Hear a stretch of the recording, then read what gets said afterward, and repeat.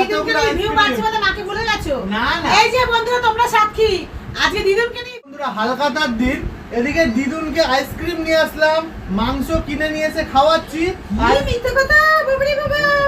এখন বলছে কি যে আমার নাতি আমার জন্য কিছুই করে না, একটা আইসক্রিম এনে আমি খাবোই না তোর আইসক্রিম। শুধুমাত্র আইসক্রিম নিয়ে আসলাম যে দিদুন বলে কিছু খাবো না, আবার রাত্রিবেলায় আমি নিয়ে আসবো মোমো, বলছে খাবে, আবদার করছে কাজের ছুটিতে, তাই আজকে হালখাতার দিনে নিয়ে এসে আমার খাবো। লাগবে না আমি খাবো না। আমি চাটনি করেছি, সেটাও হাতে করে চেটে চেটে খাচ্ছে, বলছে ঝাল হয়েছে। আর নাকি বলছে যে নাতি আমার জন্য কিছুই করে না। তা আপনারা বলুন কেমন দিদুন?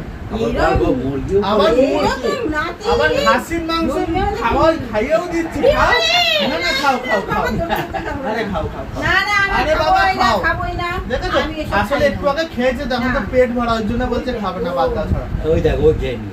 আমি বলি, তারপরে আরো রান্না করতে হবে, এখন আরো মাংস আনবো দিদুনের জন্য। এ বাবা রে, কি অসুখ খেলে এই একটা দিন ছুটি কাটাই শুধু এই দিদুনের তুই তো সঙ্গে। টাকা পেয়েছিস বলে তুই আমাকে দিসনি তো। আমি তোর সাথে ইউজ করবো না, যা এখান থেকে যা। টাকা পেয়েছি এই আমার, দেখে তোমার 50-50। কোথায় সে? হ্যাঁ ওটা আমি আনবো না। পাইনি।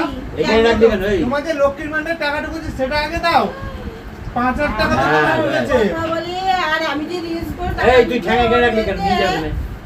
তোমার তো 5,000 টাকা ঢুকেছে, সেই টাকাটা আমাকে দাও। ওই দেখ এ বাবা এরা রে, দুজনে এই খেলা তো, করছে। তুই দিদুনকে আইসক্রিম খাচ্ছিস, আমার আইসক্রিম কোথায়? সবার আইসক্রিম নিয়ে এসেছি আমি আজকে, দেখো ফ্রিজের ও মধ্যে দিদুনকে এতগুলো রিভিউ পাচ্ছি আইসক্রিম। বলে মাকে ভুলে গেছো? না না, এই যে বন্ধুরা তোমরা সাক্ষী, আজকে দিদুনকে নিয়ে রিভিউ পাচ্ছি মাকে ভুলে আর গেছে। এই যে ঠ্যাং যে দেখালো যে মুরগি নিয়ে যাই তো বন্ধুরা আমরা সবাই মিলে আজকে খুব খুব মজা করছি।